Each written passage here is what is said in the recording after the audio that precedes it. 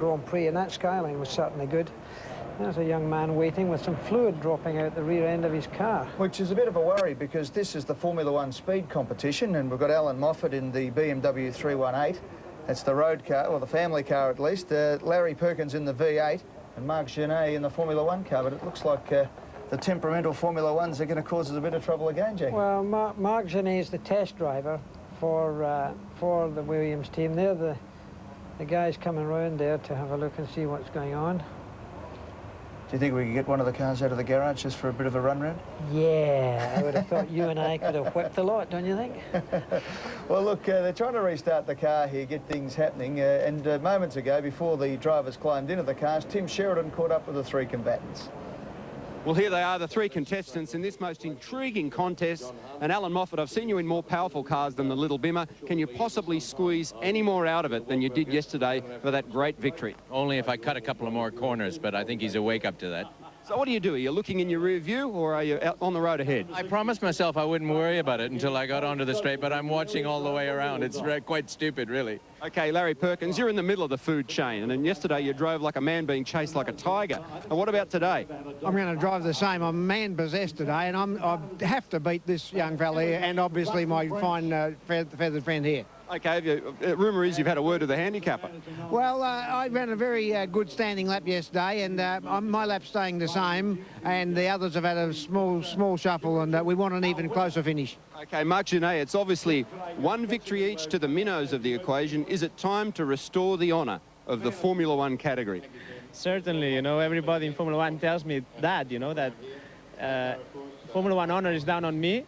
So today I'll make sure Formula One is where it's supposed to be, which is obviously it's the fastest car in the world, but the handicap is so big that it's not easy, you know, and they are driving very well. Well, good luck in hunting the little guys down. We hope the handicap is done.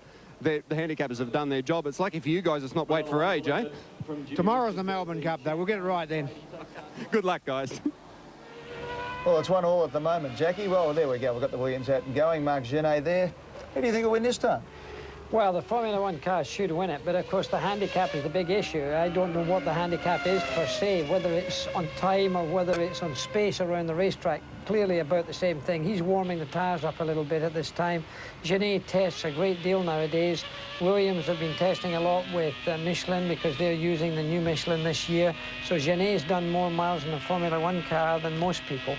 But he doesn't, you know, he knows the circuit well, but it'll be difficult for him to race against those two guys because both of them, Allan Moffat knows this place very well, and they're both driven, aren't they? No, they are. They're playing for sheep stations out there at the moment. Let's go to Darrell Eastlake now as we see Marc Gene warming up to take on Larry Perkins and Allan Moffat. Thanks, Eddie. Johnny Watson's with me. This is a great concept, and I tell you what, this really captured the imagination of the people here over the last couple of days. When you think in race 2, Allan Moffat yesterday just got there by the barest of margins, but the handicapper obviously did his job very well. Race 1 went to Larry Perkins, and Marc Gene is trying to uphold the honour. But let's have a look at some speeds here. From the bottom corner of the exit, and I question the BMW time of 90 kilometres an hour from the bottom corner to where he gets to the checkered flag, but that was his speed. Perkins came across the line at 203 kilometres an hour, and Marc Gene came across at 284. Well, I have to say the 284 is probably representative. Larry's speed, I think Larry was maybe sandbagging a little bit, and I'm very dubious about the time for the BMW. It should be a lot quicker than 90 Ks. Well, I spoke to Allan Moffat in the pits this morning, and he said to me that he's getting about 165 or maybe a little bit better at the end of the straight under the bridge, but he said that's the top speed that he's getting out of the little family Bimmer. Yeah, I mean, it's probably got about 125 or 30 horsepower, and, you know, it just isn't going to get much quicker. And the straights here in relative circuits are fairly low speed, but for the Formula One car, they accelerate so quickly that, of course, 185 miles an hour, 284 kilometers they do almost on any Grand Prix circuit outside of somewhere like Monaco, and even there, they're almost getting to that speed these days. Larry Perkins has been a wonderful, wonderful character for Australian motorsport. I mean, you knew him in Europe, and I mean, he did dabble in Formula One. He drove for BRM over there. He had some success. He came back to Australia, got involved with touring cars. And, of course, these days, he's a great supplier of cars. He builds a majority of the touring cars that are raced by Holden these days. He's got an incredible business going. He still races. He still enjoys his racing. And he's given a lot of young drivers a start. Well, I remember Larry when he came to Europe. It was the Kawangi kid. And I mean, other than there's a few wrinkles on his face and around his eyes, you know, he's still the same effervescent, youthful-looking, outgoing guy that he was when he came to Europe. Of course, a lot more successful here in Australia. He did 11 races between 76 and 77. Actually, Darrell, I think he actually drove as a teammate of mine in one or more races at Brabham in 1977. After Brabham sadly lost Carlos Pache, Larry, I think, was brought in for a couple of races, but then we got Hans Stuck for the rest of the season, and Larry eventually came back over here to Australia and had a wonderful time in touring cars. Look at this grandstand. I mean, it's absolutely chock-a-block. The amount of people walking around the circuit as we move from the pits back into the commentary box is just astronomical. That blue sky, that's about as Aussie sky as you're going to get. And this has just been a marvellous meeting. I said on Thursday I hadn't seen so many people out here. The same happened Friday. Today, tomorrow's going to be a record day. The weather looks like holding.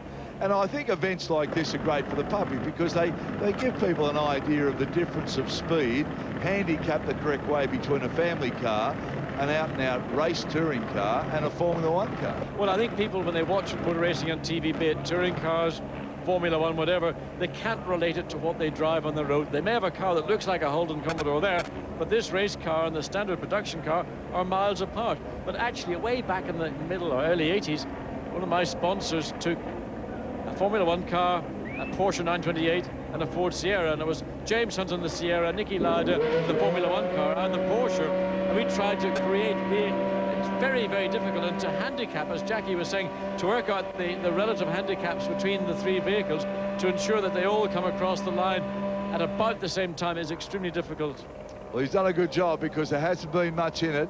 The two events we've seen so far, unfortunately, that's last year's Williams car that Marc Gene is sitting in. That's him there, and they're having some problems with it. I should tell you a funny story. Yesterday, when Marc Gene went out on track, a couple of the teams in the pit lane went ballistic.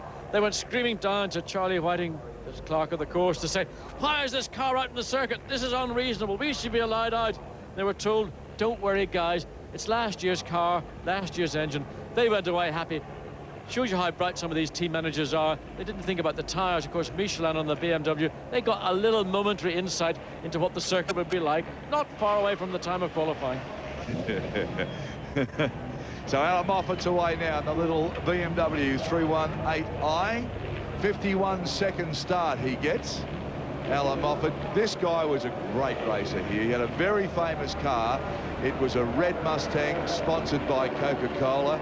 He dominated a lot of races. Pete Gagan, another very famous character in Australian races, who also drove the sedan version of the Mustang, and of course Bob Jane. And they had some classic duels, particularly at Bathurst. And one race where this man here, Allan Moffat and Pete Gagan, raced side by side, lap for lap, and basically finished, you know, centimetres apart. It was just wonderful stuff. Well, just watch the BMW. Here is a standard production saloon car. You can see how soft it is in relative terms, let's say, compared to the Holden, which Larry Perkins is about to start in. Much stiffer, much more rigid chassis. Virtually a proper silhouette race car. And see the start there. Look at the rubbery burnt and laid, whatever. Little bit just took off nice. Now we'll get some information out of the cars. There it is there. Yeah, you see the revs, 6.5 coming up to 7, 7,500 back starting again. But the acceleration of this touring car much, much higher, up to 260 kilometers. That's pretty quick. Now there goes Marc Gene. He takes off now in the Williams. Unbelievable. This is great stuff. Now, the handicapper yesterday, I'm telling you, the day before, only had them. Honestly, they were just centimetres apart at the finish line. So he's done a great job. Whether he can duplicate that today. Now, race 2 was won by Moffat. Race 1 by Perkins. Can Gene now uphold Formula One's pride? Well, the trouble in the Formula One car, he probably hasn't had the benefit of tire blankets. The tires probably are not up to the ideal racing temperature. He's got to be a little bit careful and not make himself look stupid by planting it in the wall. And of course, he's a proud Spanish guy. He's not going to want to be beaten by a Canadian and an Australian. Yeah, Allan Moffat, of course. Well, he's an honorary Australian now. He's been here for so long. So there it is. There's a little bimmer now. Here's Larry Perkins, you see. You just lost a bimmer out of picture. Larry Perkins starting to gather him up now at this part of the circuit. Perkins having a big go. He's really keen to win this, and here comes the Formula One car. So he's closed the gap very quickly. Yeah, I mean, Gene is certainly going to gobble up Larry Perkins, but whether he can get Allan Moffat, I don't know. but that's the difference in speed. It's visual here, and of course it's under braking, it's the speed in the corner and acceleration. Look at Allan Moffat. I mean, and let me tell you, he said he's driving the thing as hard as he can drive it, but trying to be as smooth as he can. Round he comes now. There's Larry Perkins. He's now closing the gap. Larry gets a little sideway. There's Gene. Wow, this is good stuff. Well, it's going to be easy for Allan Moffat, but look, Gene. Well, Gene, get it. There's the line. Gene gets on. He gets it pretty easy today. He really did get that pretty easy. Larry Perkins, I think, got second, and Allan Moffat third, but there was a lot more in that today. Gene really fired up, so did Larry. Yeah, it looked to me, I have to say, that maybe Allan Moffat had a moment just coming off the corner, just lost the acceleration, the speed off the corner. Larry picked it up, but Marc Gene did a great job, so each have won one of these rounds. Yeah, well, that's interesting. So tomorrow the final's on. Another one tomorrow, and Larry Perkins, he's just enjoyed this so much. And I think the public have too. It's captured everybody's imagination. Yeah, good stuff. So Gene now squared it up for the Grand Prix people. They'll be happy about that. Larry Perkins, well, he's got a bit of exposure for Castrol, which he should do anyway.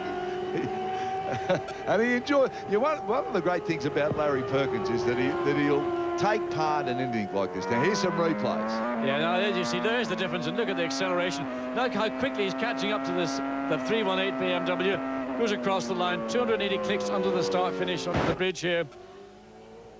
And that's the acceleration of the Formula One car coming into turns 15.